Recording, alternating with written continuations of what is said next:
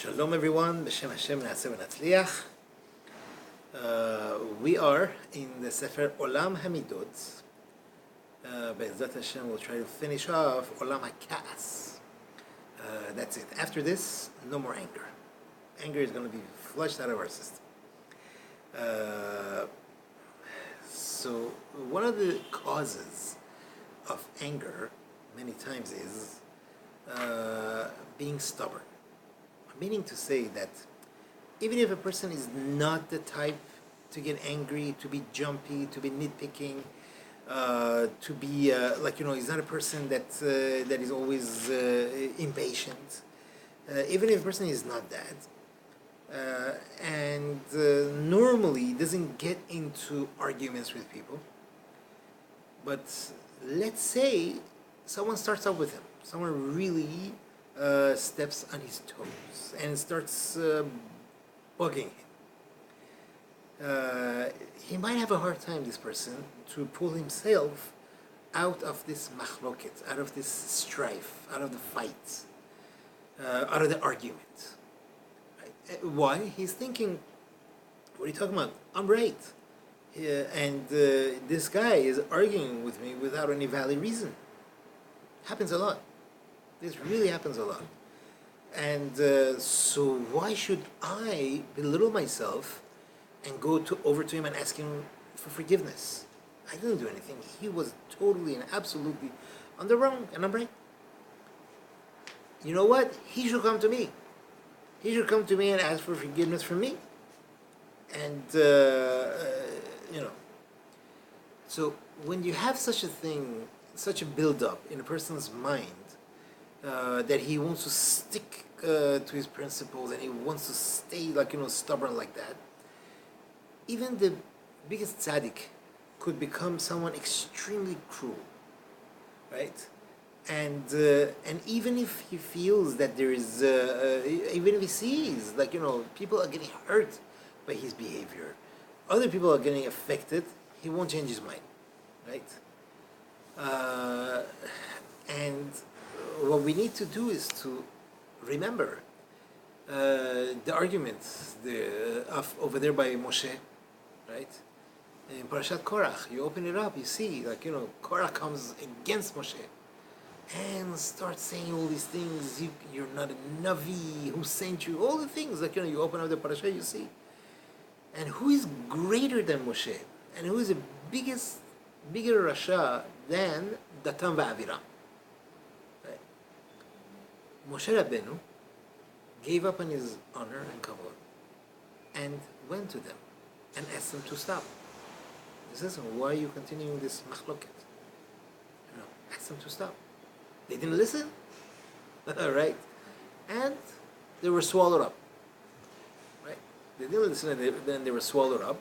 But that's how it is. So you see from here that Moshe Rabbeinu picked himself up and he went to them and said, listen, guys, let's discuss, let's talk. What is your problem?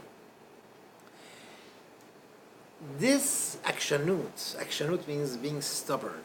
This is very dangerous when it comes to shalom bayit, when it comes to home, right? Both spouses. A person could try and create shalom at home and to do everything he can. If you remember, we discussed it in the Olam HaKavod, the part about giving kavod to one another. He really, really tries. He does that. But if he has this inside, that he has this being stubborn, is there a better word for stubborn? Akshanut, like in Hebrew. If he has that, then he is placing his shalom bayit, he or she are placing their shalom bayit in danger. Right? One could be angry at the other, right? And for whatever, something that the other person did or something that the other person didn't do. And even though it was absolutely unintentional, there was no bad intention there, right? And if a person is stubborn, right, what's going to happen? So one of the spouses, let's say like this: the husband did something that the wife didn't like, and happens sometimes, and it was totally unintentional. And then what's going to happen? He's stubborn, and he's going to put up his guard right away. Whatever his wife tells him, She's screaming at him, like, whatever he tells him, he starts defending himself. Totally. Whatever it is, whatever she throws at him, he starts defending himself. As if, like, hey, I didn't do anything. So therefore, I don't have to ask for forgiveness. I don't have to, like, even talk about this. And it works both ways, right? It always happens.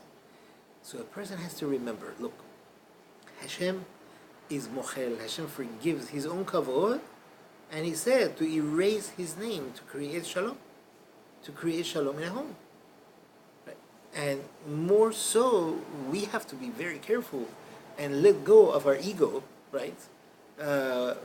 When it comes to shalom, to create shalom, like, and to stop.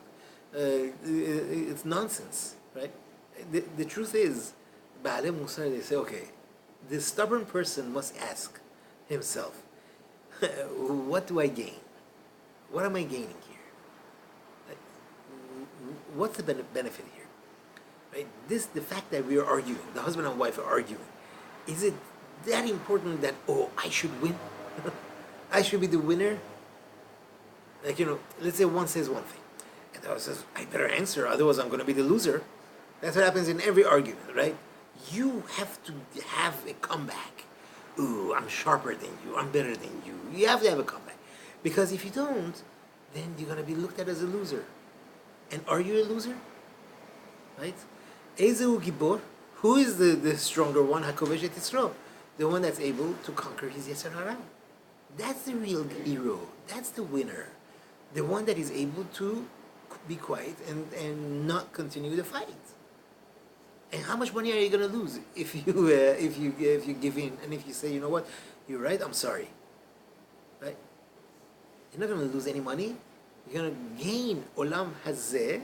You're going to get more comfortable, be a lot more at peace with yourself, and also Olam Haba. Chas v'shalom, to get angry, to lose our Olam Haba.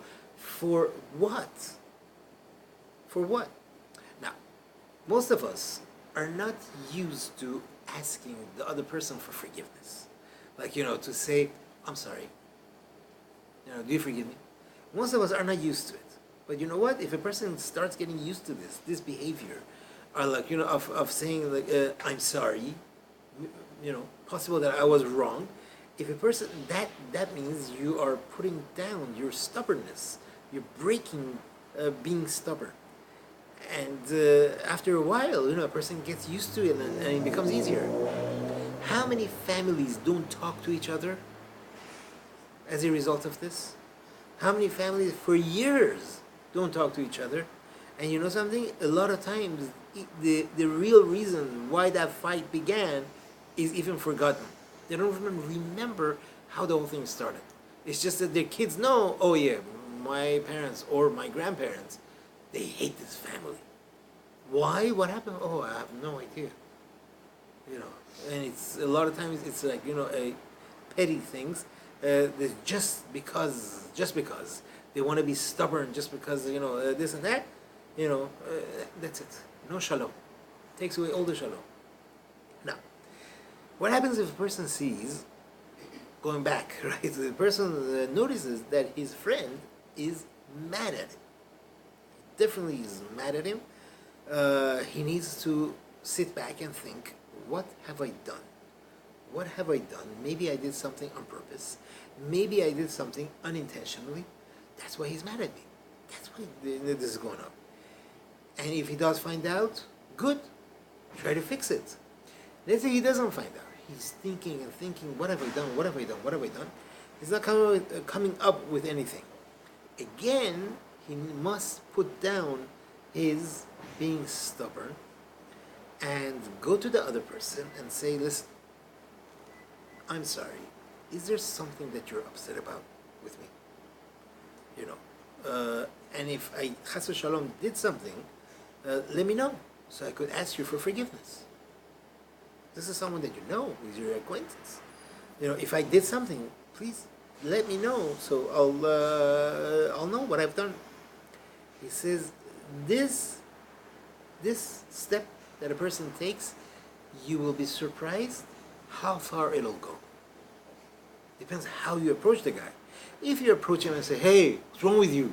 You know, I don't think that's gonna go. I don't think that's gonna go very well. You know, but if you go and say, listen, I'm very sorry. I'm noticing you're upset with me. If it's something wrong, please tell me, so I'll know. You know, and or remind me. Maybe I forgot. This is a key in Shalom Bayit as well, right? Let's go back to the husband. Poor husband. If he notices that his wife is upset, surprised, it's not just the husband, it's both, right? He says they shouldn't be afraid of the things that the other spouse is going to say, right? Just remember, whatever it is that they're saying right now is only coming through anger. Don't worry. Don't worry. They're just angry. Walk over when they're calmer and say, you know, what's bothering you? What have I done that's really bothering you? Right? And if the husband or the wife, they don't answer, you know, wait. Give them some space, right? And then after a little while, go back and ask again, like, you know, to open up, open up a channel of communication.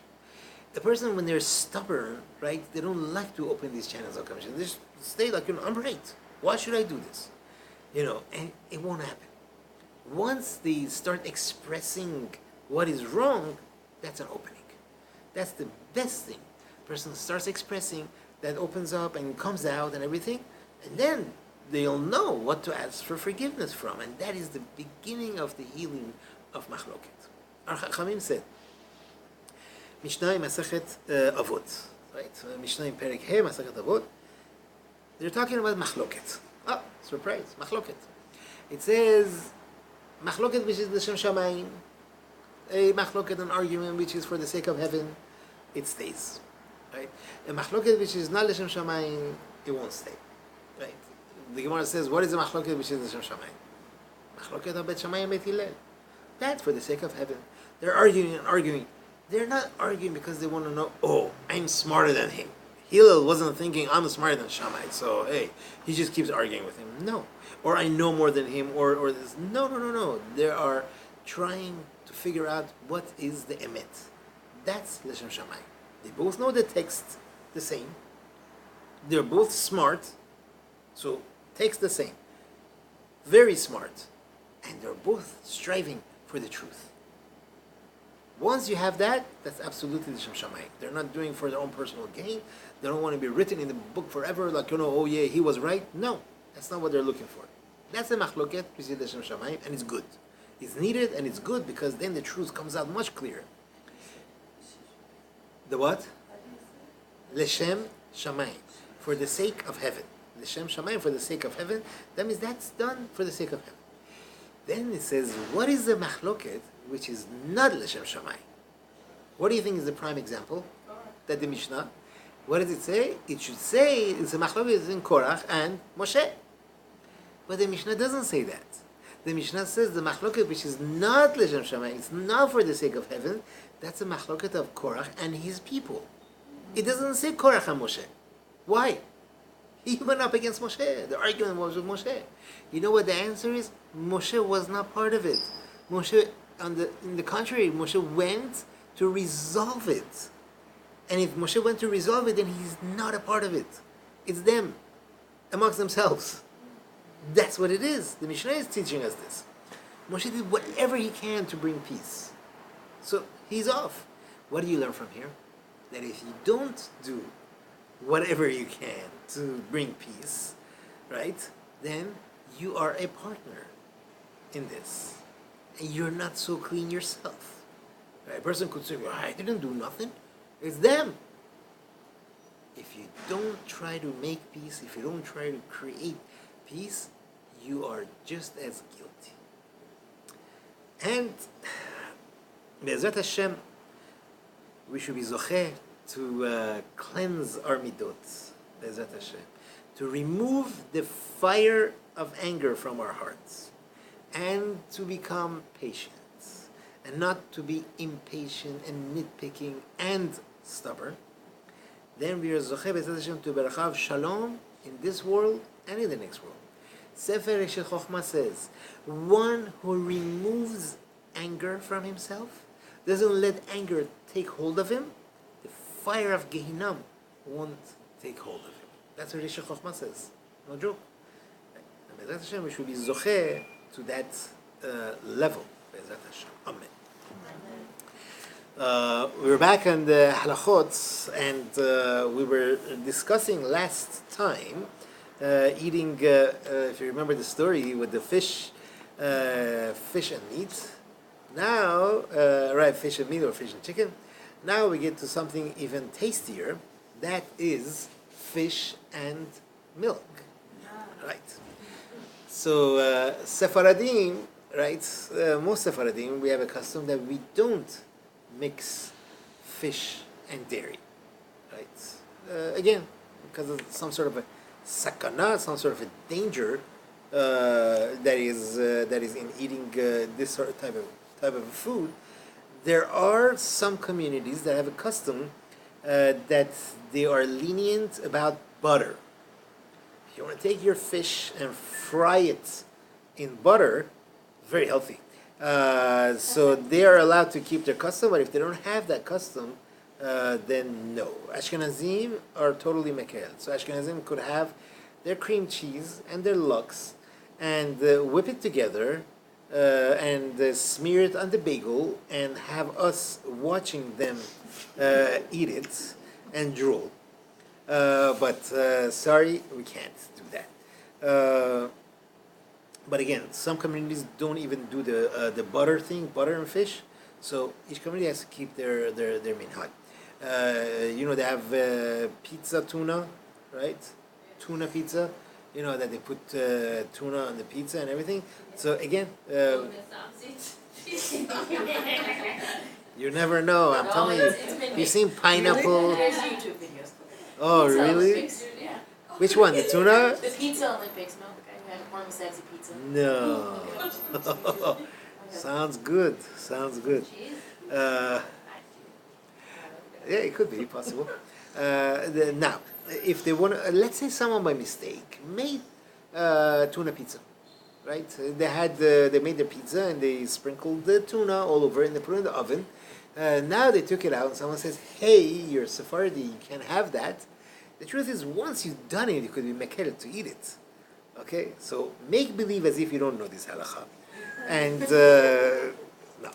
It is what it is. Anyway. So you're allowed to eat it if you made it? If they made it, yeah. You can eat it. It's not, there's a lot of kulot in this, but we're not going to go into it. What? Anchovies are fish.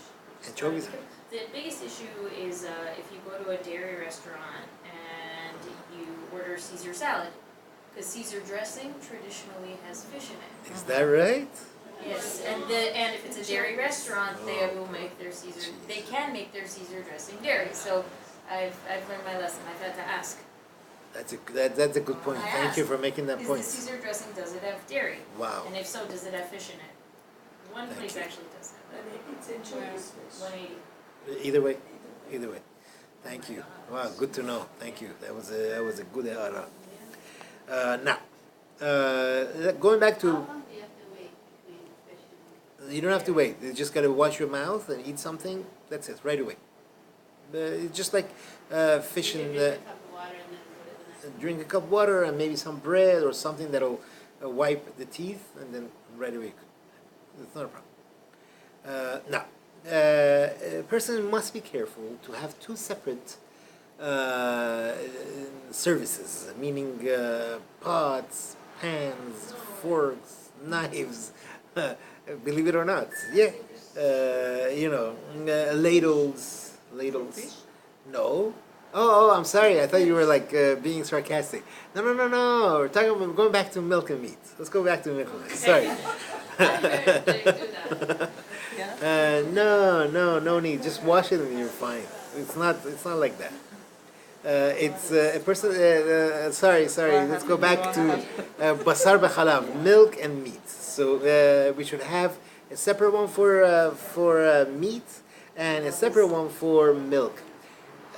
Truth be told, I don't know. For milk, what, you're gonna have a whole service of things, whatever. Depends on the family's the situation. Some families, a lot of Persian families don't have that many milk dishes. So it's not that big of a deal. A few things here and there, but definitely you got to make a distinction between the two, so that you'll know. Or a stranger comes in, they could tell, oh, these are dairy and these are meat, like, easily, especially when you have younger children, they should, it should be a big distinction between these two sets, so they won't get mixed up. Should we have two separate sinks, one for milk and one for meat? You don't have to. You're going to use the same sink or sinks for both, but it's better. It's better that a person could keep them separate, so that they won't get mixed up. Sometimes the milk gets mixed in with the meat dishes. You might find like a fork of the dairy fork inside the meat things. When they're all mixed. If they're careful to keep them separate, fine. But it's a good thing if they can to keep them both separate. If a sink is clogged, right, and it's the same sink and it's clogged, and you have washed dairy things, you have macaroni and cheese, which you washed, and you also had steak, which you washed, and now it's clogged up. Is a person allowed to pour boiling hot water in there to open up the sink? The sink is clogged, and he wants to pour boiling hot water in there to open it up. Dishes in the sink still? No. No, No, the actual they're gone. food is in the drain. Well, it's been mixed with soaps And and the now it's water not. comes up. It's not edible. Yeah. Ah. So it's not an isur of the cooking basar b'chalav, Because of the soap. being that you have soap and it's pagum. So let's understand, pagum is a Torah concept, right? That the Gemara learns that something which is pagum means it's blemished, right? That's I'm sure you heard, like, whenever you ask a question, has 24 hours passed? Why? What's the big deal? Okay, 24 hours passed. Is that like a magic wand? The answer is, Gemara teaches us, learn from the pasuk in the Torah, that 24 hours passes, the ta'am, the taste that is ingrained there becomes pagum. It becomes blemished. It's not what it was. And that's the same thing here. The soap, the good old soap that is in the sink, which is clogged, makes everything pagum. There is no prohibition of cooking meat and milk by pouring the boiling hot water to open up the sink, and therefore it is allowed. Should we have two separate counters, one for dairy and one for meat? It's better, right? Why? Imagine you're making pizza on the counter, and little pieces of cheese are there. Okay, chazak baruch. You don't pay attention. Your eyes don't see as well sometimes, and then you try to cut meat there, and some pieces of meat fall. You gather the whole thing and put it in the pot. You have pieces of cheese, right, mixing in your pot. So, if a person makes sure that the counter is totally cleaned all the time, wiped, then you could have the same counter used, for both. But if a person could afford to have two totally separate counters, why not? It's a lot safer. But it doesn't get you off the hook to make sure it's clean. Now, do we have to have two separate pads, like scotch? We don't have to have two separate ones. You could use the same one for milk and the same one for meat. It is good. I love this part. It is good to have two separate ones, one for meat and one for milk. Because come to think of it, what's the problem? What's the problem? Well, the isur, the prohibition is lo tevashel gidi b'chalev imo, right? That means mixing meat and milk. Are we actually cooking meat and milk together with this? You have the pad, you're washing your horish pot, okay, and now just rinse it off, and we use the same thing for the macaroni and cheese. You're not cooking meat and milk, right? It's good to know, but for sure, 100%, I don't think it adds to the weight if we carry an extra pad for traveling, and therefore I don't think TSA is going to stop us either. So yes, to have two separate ones, one for meat and one for milk, is definitely recommended. But let's say you're stuck somewhere, you only have one, right? You could use it for the meat. Make sure you wash it well, so you don't have the remnants of it stuck on it while you're washing the dairy, or vice versa. Either way, and it could be done. Sometimes you're let's say a person is making some hamburger patties, right? You have your frying pan, you're having this hamburger, and they're sizzling hot, and you want to throw out the oil. Now, you don't want to pour the oil down the drain because you don't want it to create a clog. You know, when it gets cold, it's all going to get clogged up. So what do? We throw it in the trash. You gotta pay attention to the trash. Make sure there's no cheese there, because you have cheese and the boiling hot oil goes there. There we go. We have a huge problem of basar b'chalav, right? It's not pagum, you know. It's just sitting there. Piece of American sliced cheese is there, and then you pour this on it. Oy vey, isur of cooking meat and milk together. Either take a look or wait. Wait a little bit until the oil cools down, and then pour it in. Doesn't matter. Doesn't matter. Doesn't matter. It's still cheese. It's not pagum, you know. Nothing happens if you eat the moldy cheese. It's not pagum. So the cheese is cheese. If you pour a lot of soap on it, then it's pagum. Okay, it's something else. But here, this is not pagum. It's cheese, and you're pouring really meat on it. That we gotta be careful. Wait for the cheese to cool off. The oil to cool off. Thank you. And then, now, person has a microwave, right? And they want to heat something meat in it. You have chorish you want to heat up, or whatever it is. And now you also would like to heat your pizza as well. Are you allowed to use the same microwave for this purpose? Now, rule number one, the microwave should not have heating elements. Some have, because it's for toasting bread or whatever, they have it. They have that feature. So that's the number one thing that we have to make sure, that the microwave doesn't have that. Now, so let's say most of the usage that he has for this microwave is for meat, right? So good, perfect. And heat up your meat dishes and everything. And then now you would like to heat up the pizza. Put the pizza in whatever it is you want to do. Wrap it with a very tightly closed plastic bag or a container, very tightly closed, no holes, right? And then you could this could be used. Double wrap or single wrap? Better double wrap, but even if it's not double wrap, then a person could do it. But you have to make sure that it's totally closed. Does the microwave have to be clean? Doesn't say. Because it doesn't really matter. Microwave, the way it works is like, it sends the terrible waves into the food to heat it up, and it doesn't really, we don't know if there is so much ze'ah or different things that could get mixed in. So that's why once it's totally and absolutely flush closed, then we're good to go. We use the goy's microwave. It's the same, no. There we have a different issue. Here we're talking about the meat is kasher, the milk is kasher, so it's hetera behetera. There's a huge difference between this and isur. We're going to see later on more differences, but yeah, there is something that's isur. It's a little bit more stringent. Okay, thank you.